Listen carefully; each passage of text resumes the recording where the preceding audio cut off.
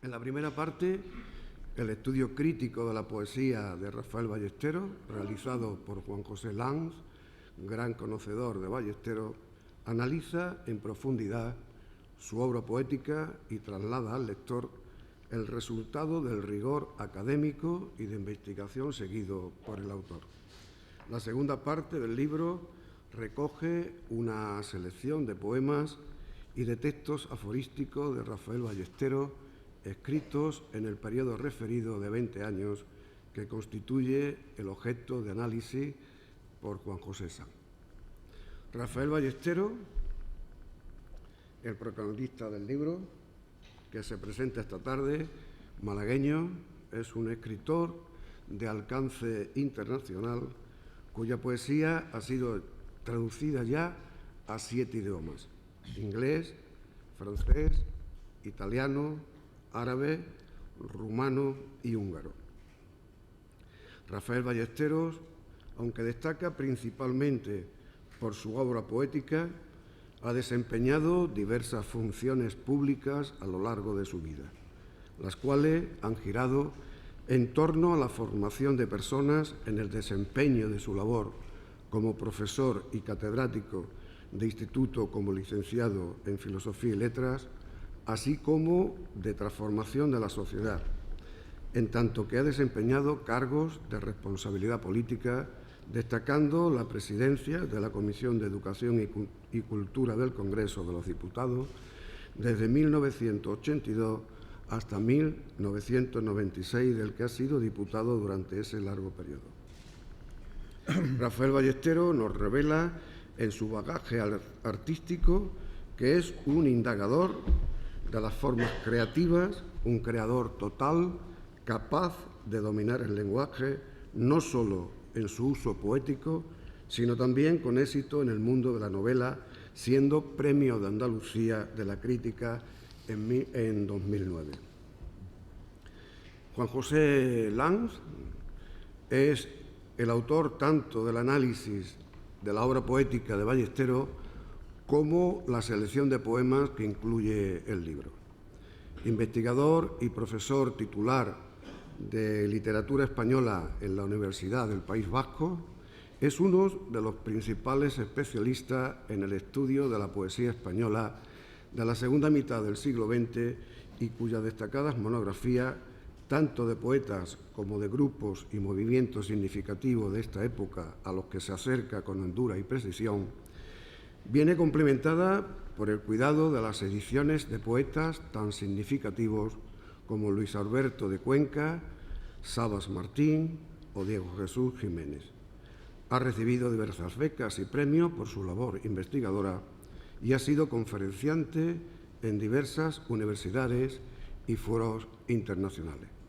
Sin más, cedo la palabra a don Juan José Lanz. Muchísimas gracias.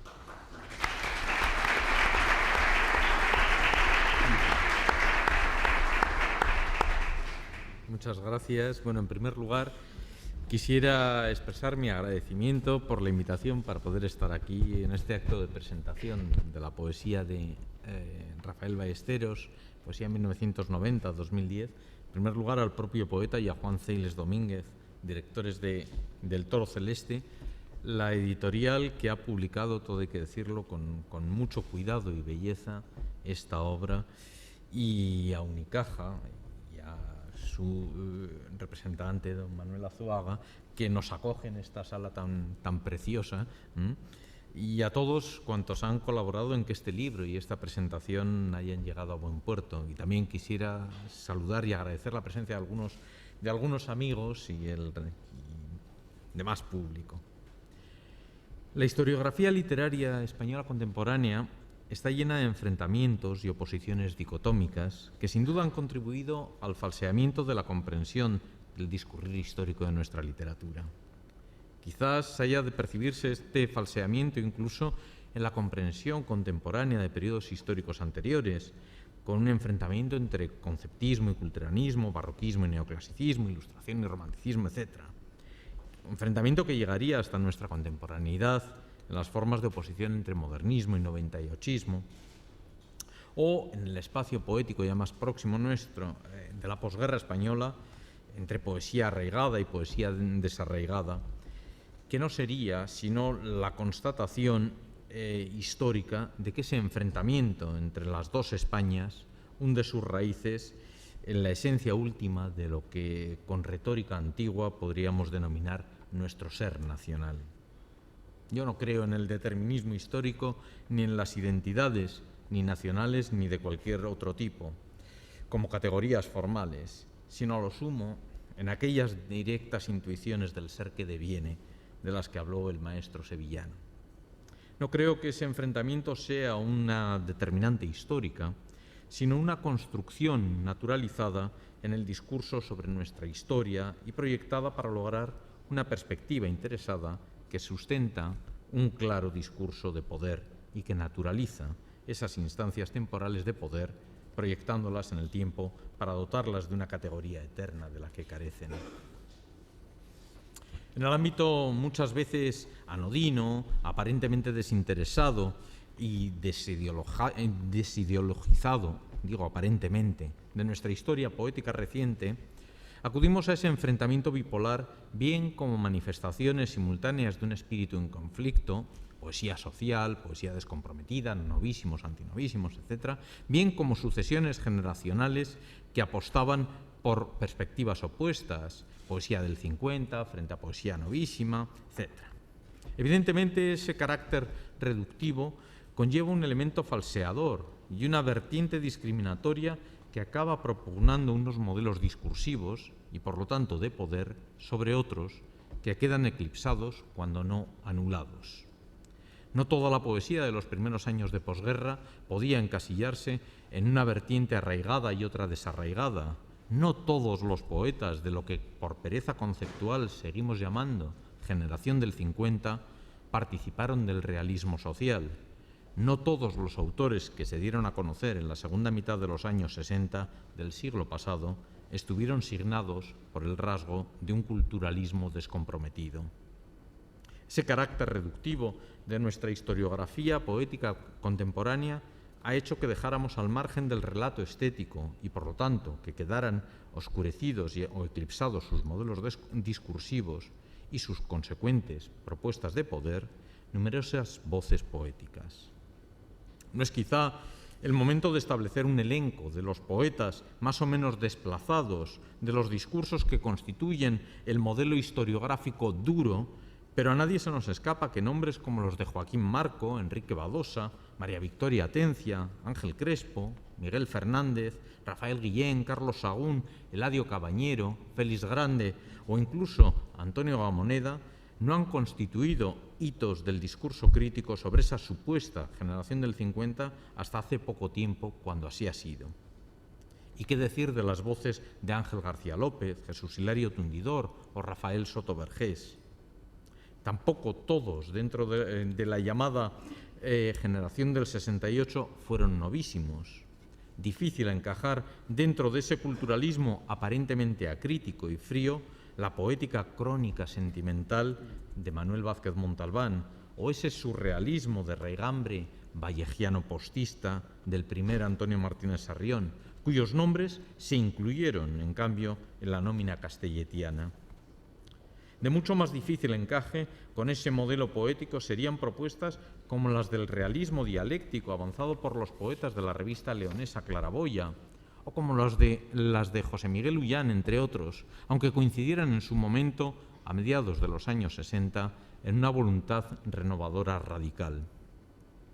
Uno de los tópicos de la historiografía poética contemporánea ha sido explicar la evolución de los años 60 como un cambio radical desde el realismo social en crisis ya a comienzos de la década prodigiosa a una poesía culturalista y descomprometida que se ha reducido a 2 o 3 nombres incluidos en la antología de José María Castellet en 1970. Como digo, ni los poetas novísimos representaban una estética tan monolítica, ni los poetas anteriores eran todos social realistas, ni el realismo social era una estética monoaural, sino más bien estereofónica. Tampoco la evolución estética fue tan radical, ni avanzó la desideologización tal como se ha difundido. Es evidente, por ejemplo, que los modos de protesta social se hicieron mucho más sutiles a lo largo de los años 60, a la par que las formas de poder del capitalismo avanzado fueron enmascarándose en una aparente redistribución social de los intereses del capital.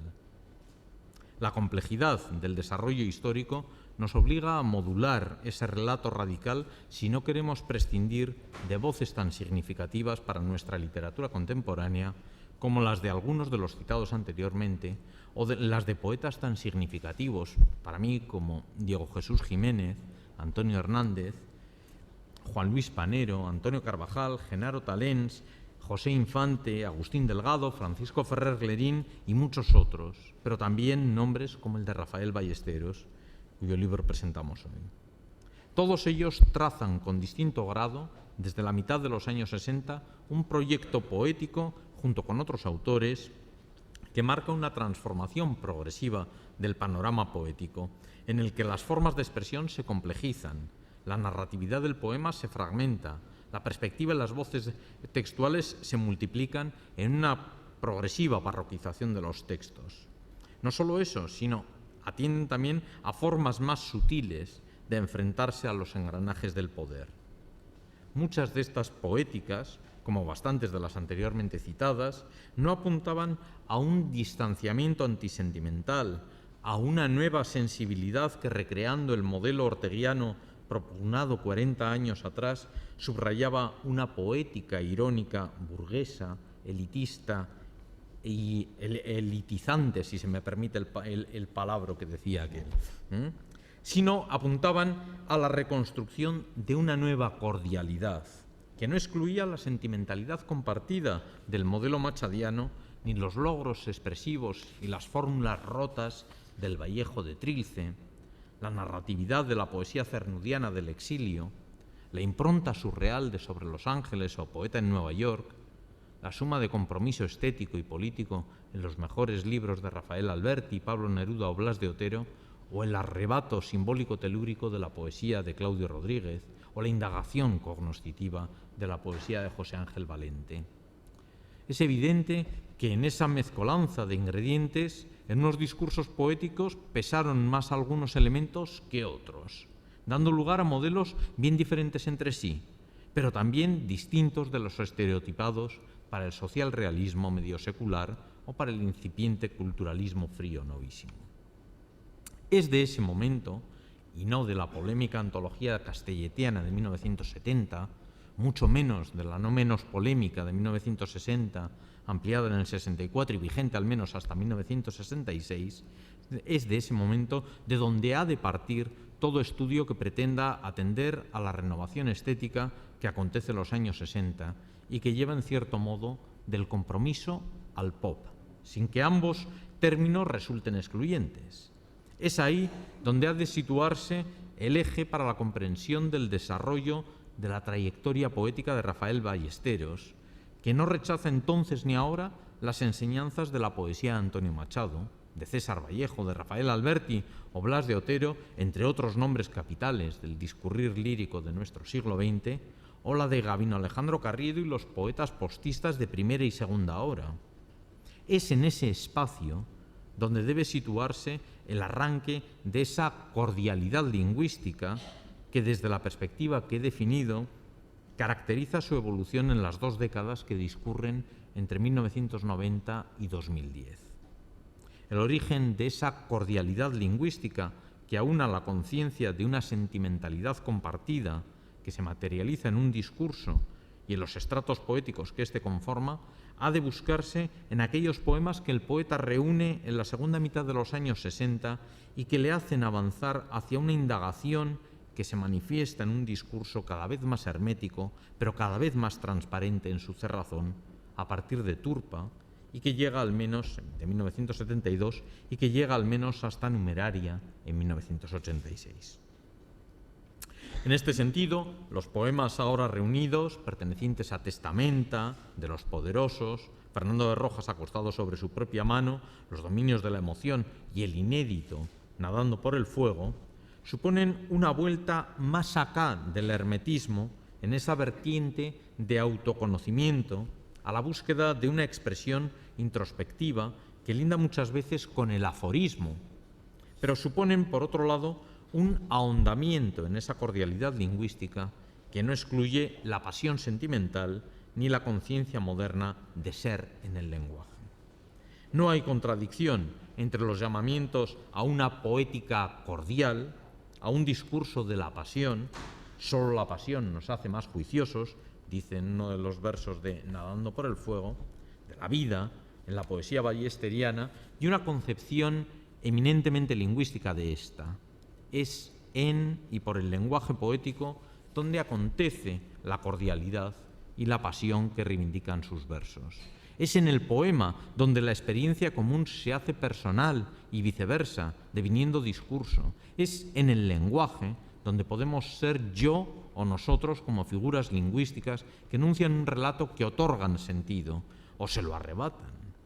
Tu casa era tu corazón y tu reino las palabras. Concluye, en este sentido, el poema En Orán existió este jardín. Sí, tu casa era tu corazón y tu reino las palabras. Si el lenguaje poético es una posesión personal, lo es en tanto en cuanto que es reconocible, que es asimilable por los demás. El hermetismo de la poesía ballesteriana, su opacidad en algún momento, no lo es tal, sino solo aparente, porque constantemente está impeliendo a un lector implícito a un diálogo que acontece como representación a menudo en sus textos y que no es sino la manifestación del diálogo global que reclama constantemente su escritura. Dicho hermetismo no es sino consecuencia de una voluntad comunicativa, aunque también cognoscitiva, también de conocimiento, de plasmar en la escritura un encuentro con el otro en cuanto tal, de construir una identidad lingüística y por lo tanto social, común y diferenciada, que se manifiesta en una tensión múltiple que afecta a diversos registros. Un modelo historiográfico estereotipado como el que he descrito anteriormente, en una oposición radical de compromiso y lenguaje, de sentimentalidad y cultura, de realismo e indagación, no permitiría asimilar muchas de las matrices estéticas que conforman la poesía de Rafael Ballesteros o de muchos otros de los poetas a los que me he referido anteriormente. La pregunta surge de modo palmario. ¿Podemos contar la historia de nuestra poesía desde la segunda mitad del siglo XX sin tener en cuenta voces como la de Rafael Ballesteros?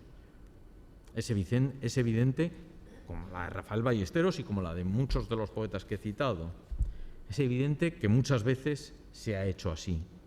Mi opinión es que no podemos hacerlo, lógicamente, y por eso vengo reclamando desde hace muchos años la necesidad de prestar atención a estos autores, sin los cuales la poesía española no sería lo que es.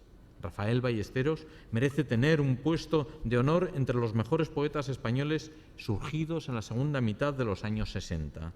Espero que al menos mi modesta aportación contribuya a solventar ese error histórico. Que así sea. Muchas gracias.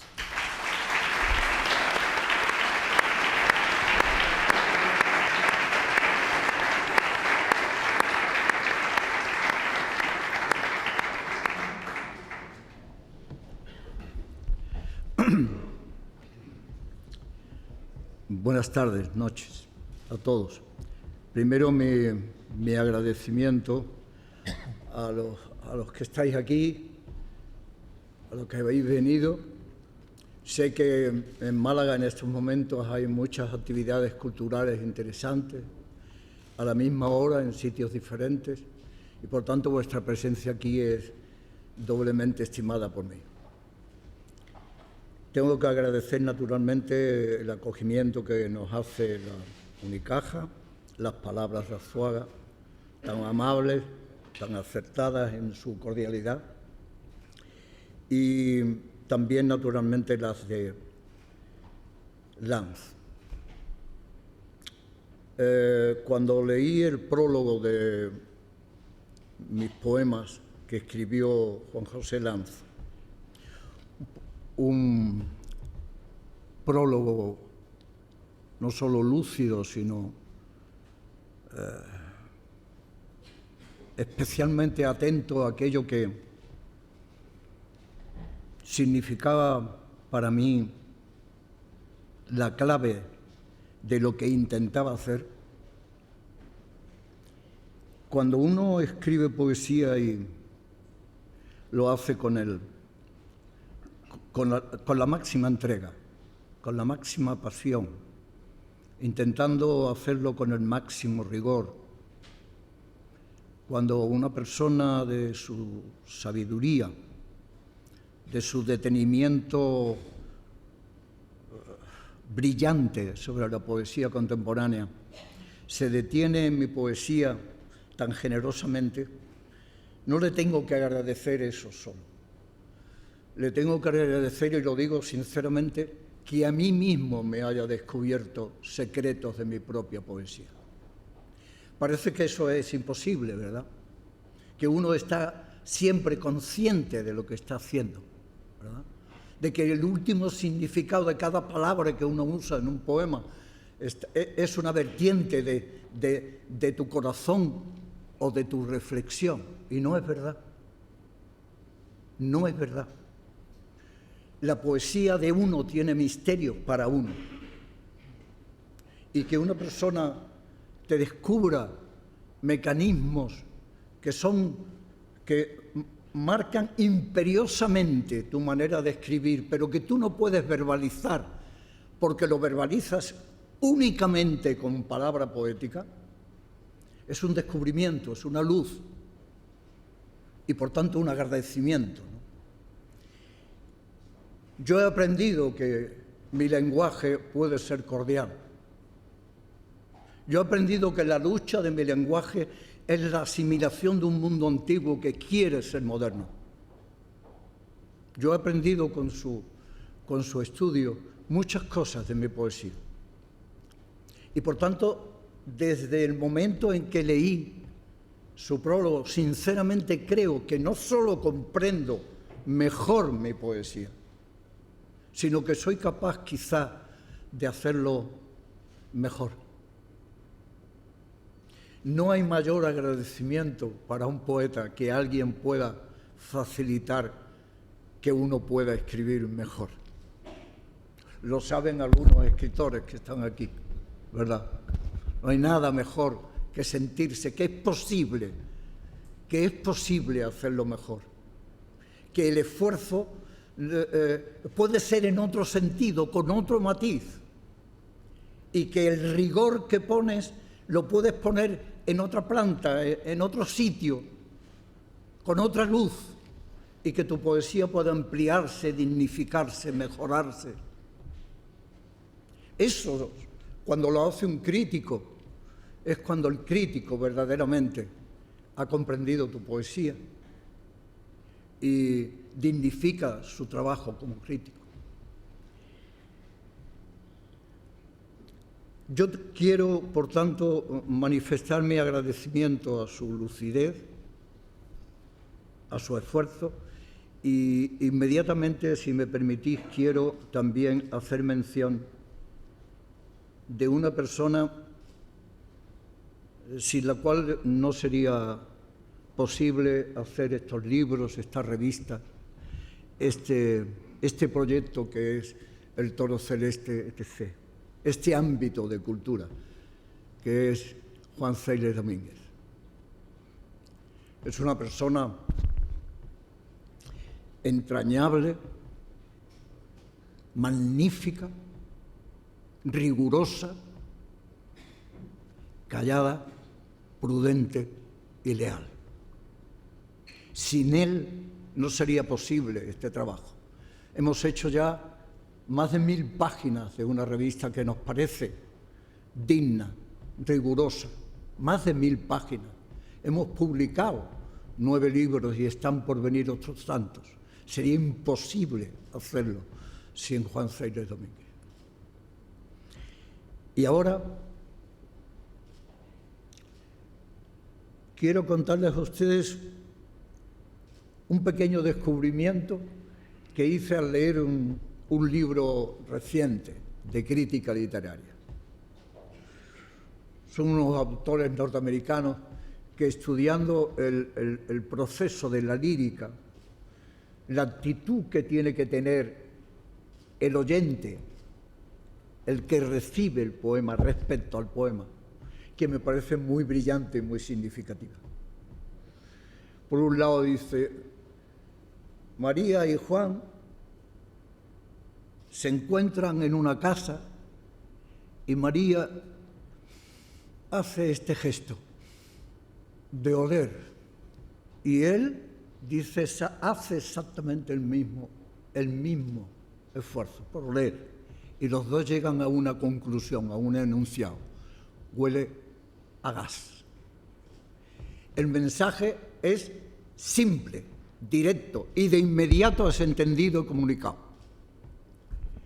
En la poesía, el ejemplo sería el siguiente: los dos están juntos, están ante un ventanal que da al mar, y uno de ellos se levanta, abre el ventanal y hace lo mismo: oler. Sin embargo, cuando ella se acerca y huele también, los dos sienten cosas diferentes. Uno la brisa, otro la luz, otro la vitalidad, otro los recuerdos. En ese mundo difuso que es necesario compartir precisamente desde lo difuso, pero desde lo cordial, está el mundo de la poesía. Y por tanto, cuando yo lea poesía, me gustaría que ustedes tomaran esa actitud, porque el poeta se refiere a esos sentimientos, no determinados, no concretos, no específicos, no iguales para todos, pero cada uno debe de poner lo más tierno, lo más vivo, lo más potente, lo más sensible, lo más abierto de su vida para oír la poesía. Y si la poesía es buena, que me gustaría que fuera, claro, ocurre otro milagro. Mientras uno está formando el poema, mientras uno lo está estructurando, mientras uno lo está leyendo, la enunciación se produce y el poema parece que empieza en el momento en que el poema empieza a ser escuchado, que no estaba escrito antes, que las palabras surgen de la misma vida que se está diciendo y que se está sintiendo.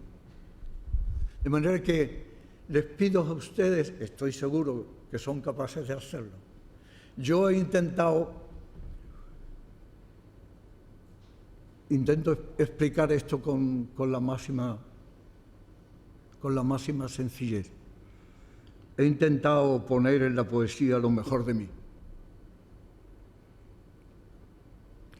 lo más intenso, lo más inteligente que puedo, y he querido que la vida para mí sea una intensidad. Y cuando quiero compartirla, les pido a ustedes que pongan, si es posible, el mismo esfuerzo. Empiezo. El primer libro es un libro especialmente difícil. Es Testamenta. Lo escribí a lo largo de unos años de unas experiencias vitales muy complicadas, muy tristes. Casi me ahogaba cuando iba por la calle en algunos momentos. Y pensé que podía hacer un testamento de las cosas que significaban lo más importante para mí. Y como los testamentos necesitan testigos, intenté poner a las personas, fundamentalmente mujeres, que significaron cosas profundas para mí, cosas vitales, vivas. Y también entregué lo que pensaba entregar en el testamento a los seres más queridos por mí. De manera que la estructura del libro es: quiero entregar mi pantalón, quiero entregar mi cama, quiero entregar mi tos, quiero entregar mi pluma, por medio de unos testigos a los que quiero profundamente, a las personas que más quiero también. El libro se llama no testamento, sino testamenta. Y estoy jugando con testar, con entregar, y también con menta, que es amor y vida y pasión. Testamenta.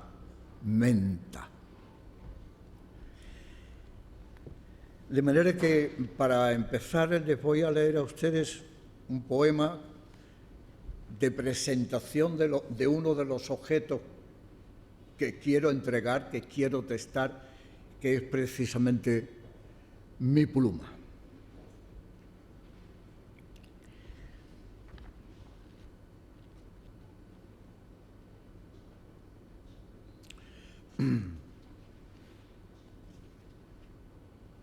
Igual que el lecho es la pluma ámbito diverso y amplio donde junto al amor cabe el desamparo y la aflicción. Allí se extiende la desazón y la alegría.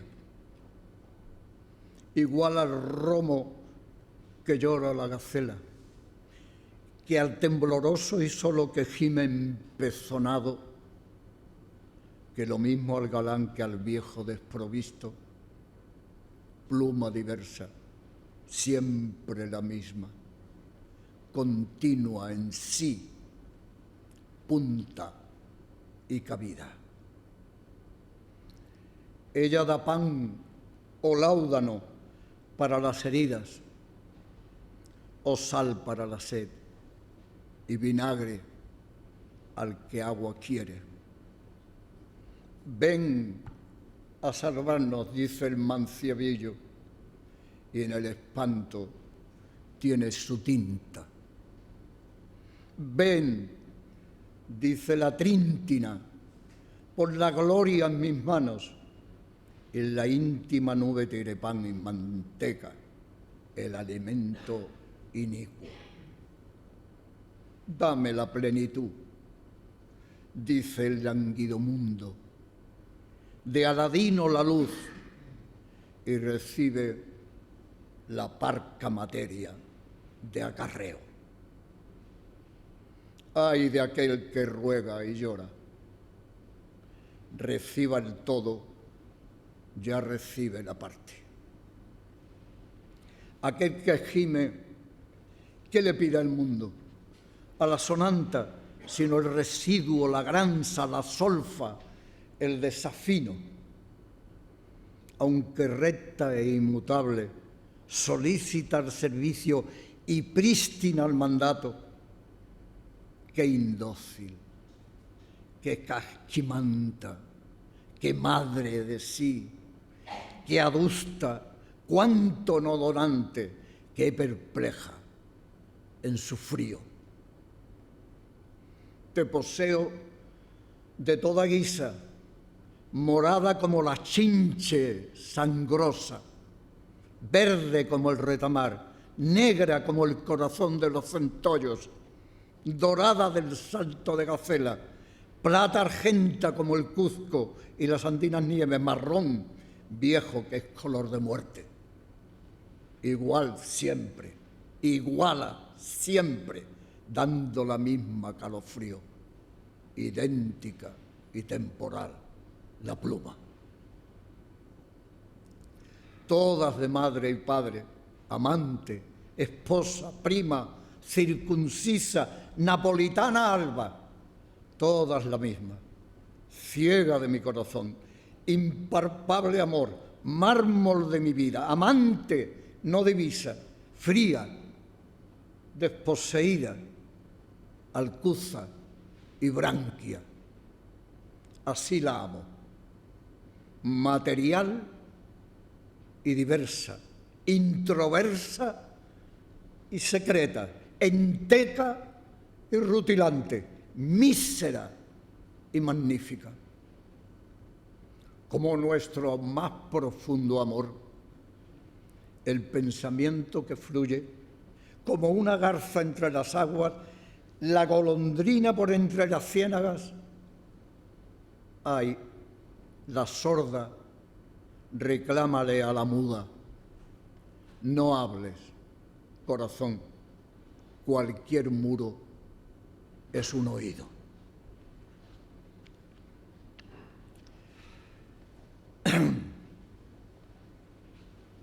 Los testigos, que son de otra cosa, de otro objeto que voy a testar, pero que me interesa que ustedes puedan oír, está en la página 154. Estos son los testigos. El Tucán, al que hago referencia, fue un edificio donde viví con mi familia años duros y buenos.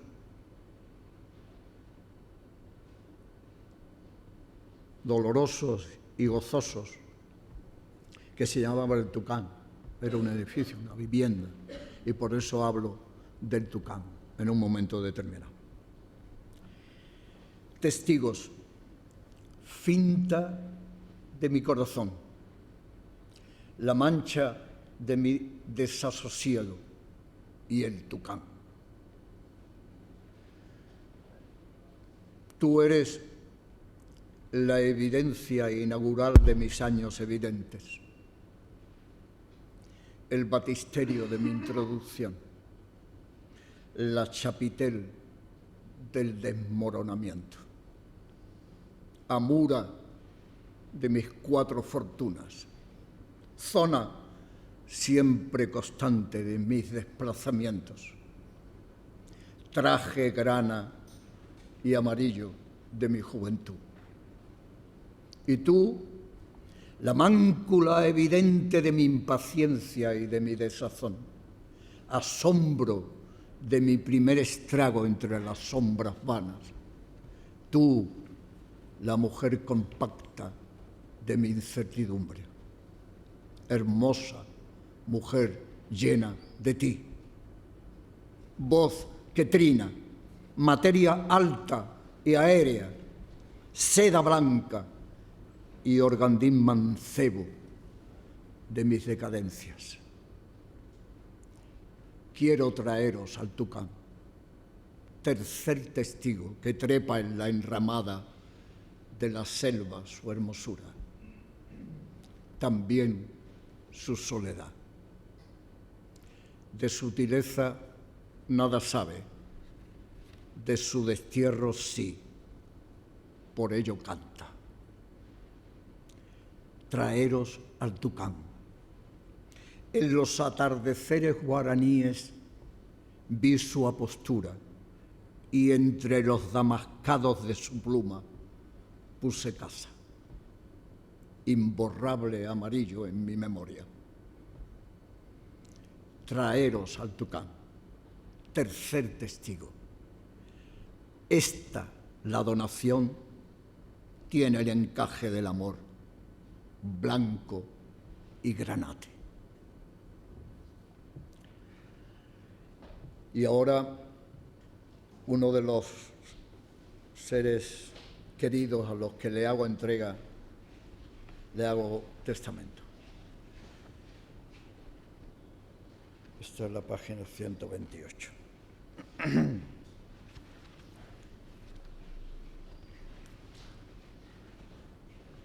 Nombro heredero Pablo, hijo segundo, el de mirada clara.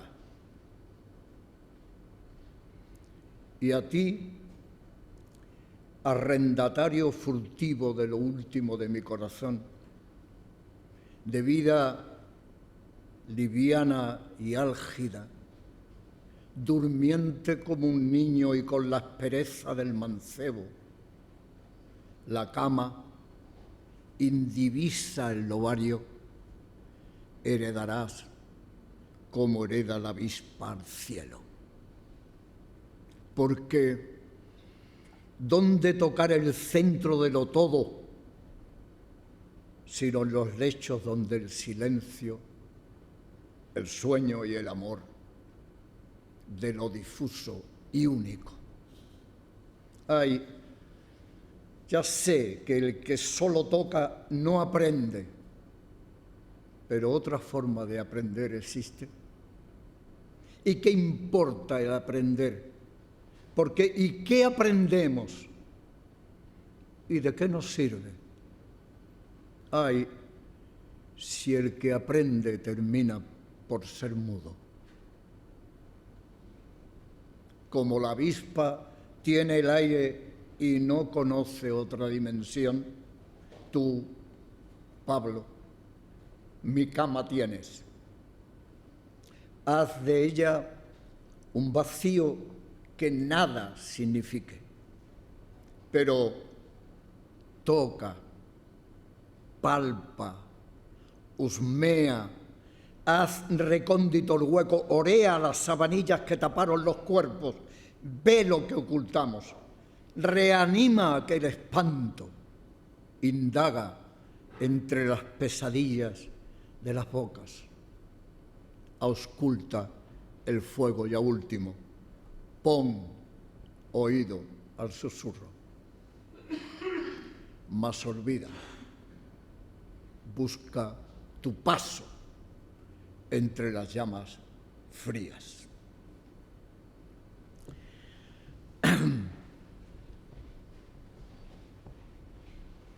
Voy a pasar al libro que se titula Los dominios de la emoción y voy a leer dos poemas, quizás tres, de ese libro.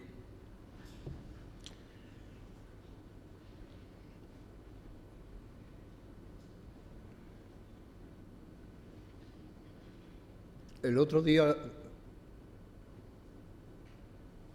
cayó en mis manos un libro muy antiguo, una edición muy antigua, de la biografía de Chesterton sobre Tomás de Aquino. Y a Tomás de Aquino le preguntaron, un compañero de orden, ya muy viejo, Tomás le preguntó, ¿qué es lo que te ha dado Dios que te ha satisfecho más? Y contestó Tomás, la fortuna de que todo lo que he leído lo he podido entender. No es el caso de la poesía, ¿verdad? Es difícil entender. Quizás sea más fácil emocionarse, ¿no? Pues el poema es la parte de reptil. Usa de tu cerebro tu parte de reptil y huye resbaladizo y húmeda. Mueve en la oscuridad tu sangre fría, reptando en la tiniebla, presente mientras huyes. Y ahora ataca, rodéate, acumula tu odio vaporoso y ataca, violenta y por sorpresa. Ahógame, trágame entero, que yo, lampando, sarpeando, viendo y ciego, con horror y alegría, entraré por tu cuerpo. Pero no me abandones así. Vuelve de nuevo a mi cabeza y ponte en mi parte de memoria donde un marasmo se convierte en una imagen. Y quédate conmigo, en aquello que seguro desaparece con la muerte. solo con la muerte. Ay del hombre, sus recuerdos se esfuman con su vida, sus palabras se quedan en la tierra.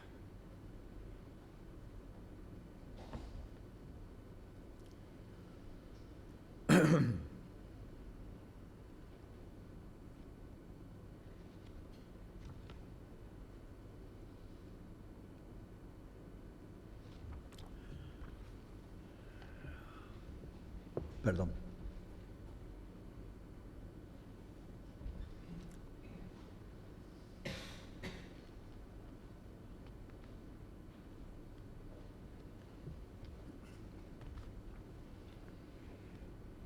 Odio el 0 y el 1.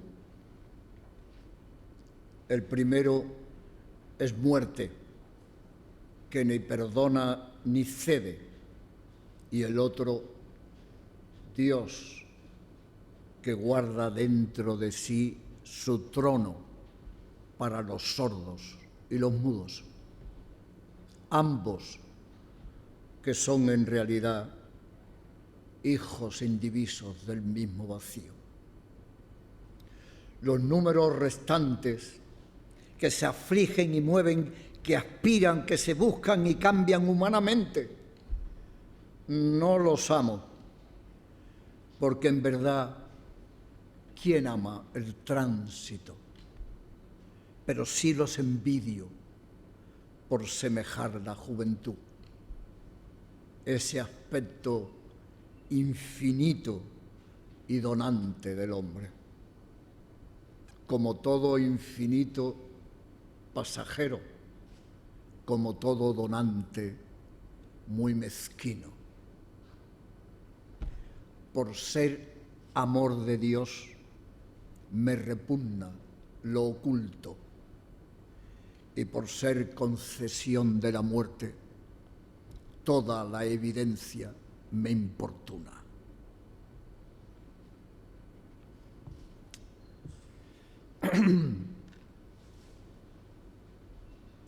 Voy a terminar.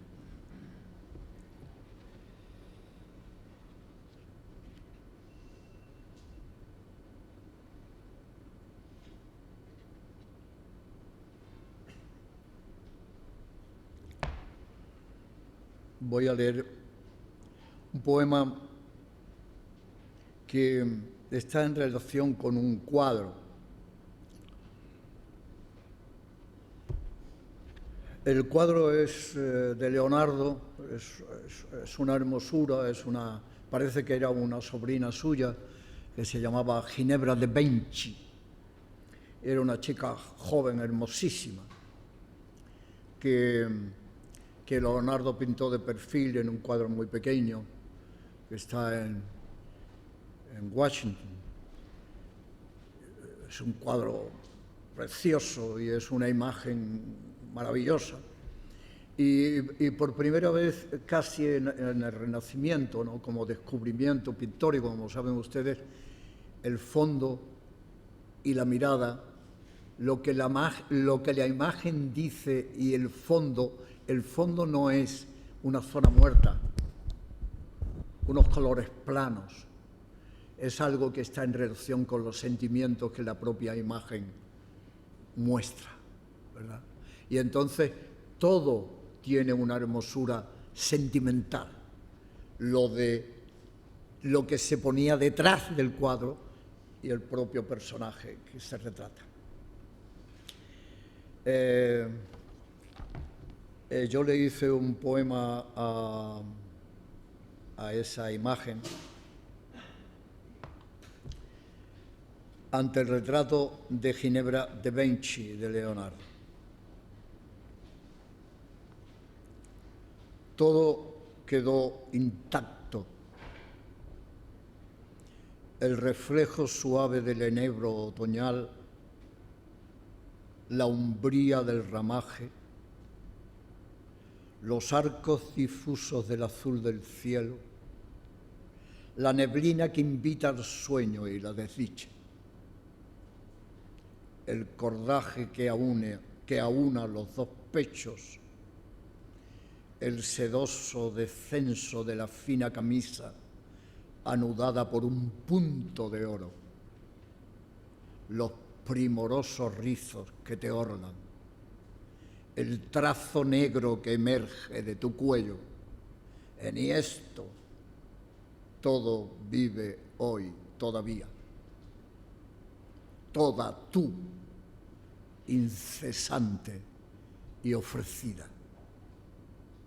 Oh divina materia carnal, los displicentes ojos, los deleites ocultos que tus labios proponen, el perfil inasible de la barbilla al aire, la sabia frialdad latente de tus ojos, de ti misma la vacilante luz, también indemnes en esa tela quedan para siempre. Hay reveses del tiempo, injusto movimiento de las horas. Es tenaz lo mundano. Las telas, los adornos, los afeites perduran. Lo banal se mantiene. Persisten esas carnes y perfiles y alumbra todavía la belleza. Todo incólume, toda tú íntegra, menos mi corazón que muere tanto cuanto te desea. Y termino.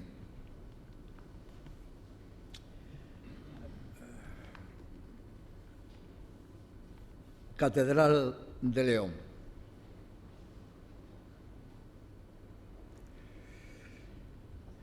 Veo esas vidrieras azules de pátina y de oro,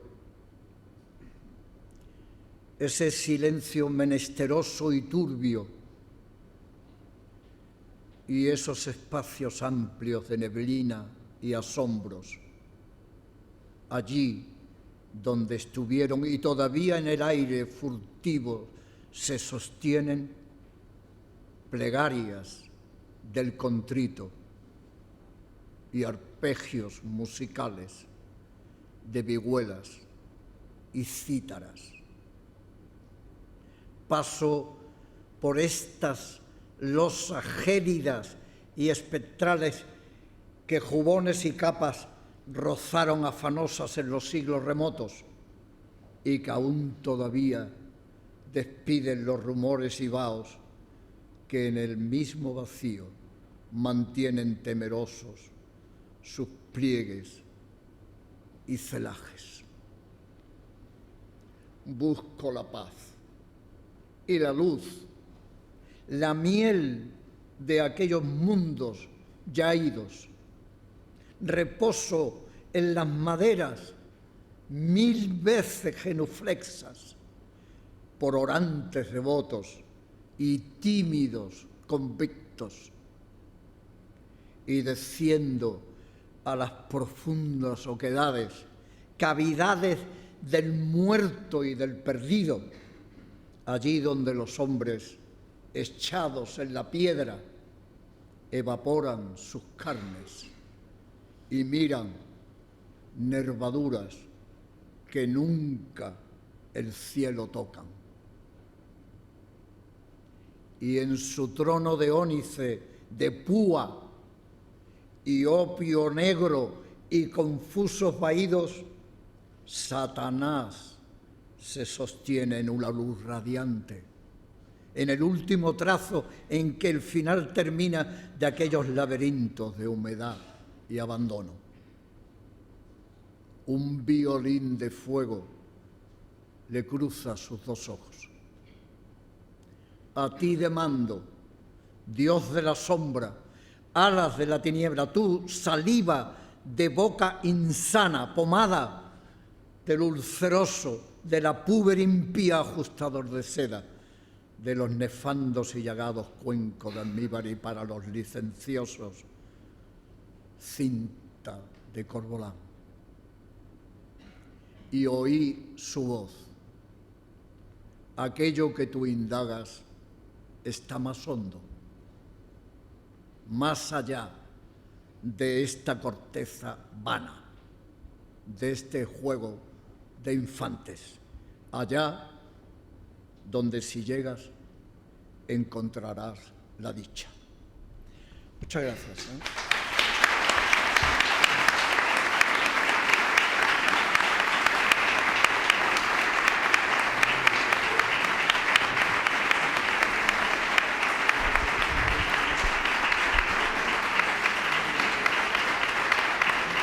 Muchas gracias.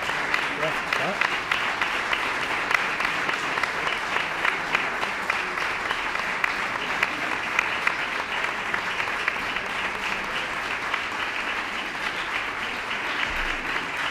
Ya, por favor. Por favor. Va. Bien, hemos tenido la satisfacción de escuchar tanto al autor del libro que hoy presentamos y que enriquece la colección bibliográfica de nuestra Fundación Unicaja, Juan José Lanz, como a su protagonista, Rafael Ballesteros, y de comprobar la calidad investigadora y literaria de ambos. Sin más, darle las gracias de nuevo a ambos por estar presentes en este acto, así como a ustedes por acudir a esta presentación que damos por concluida. Muchas gracias.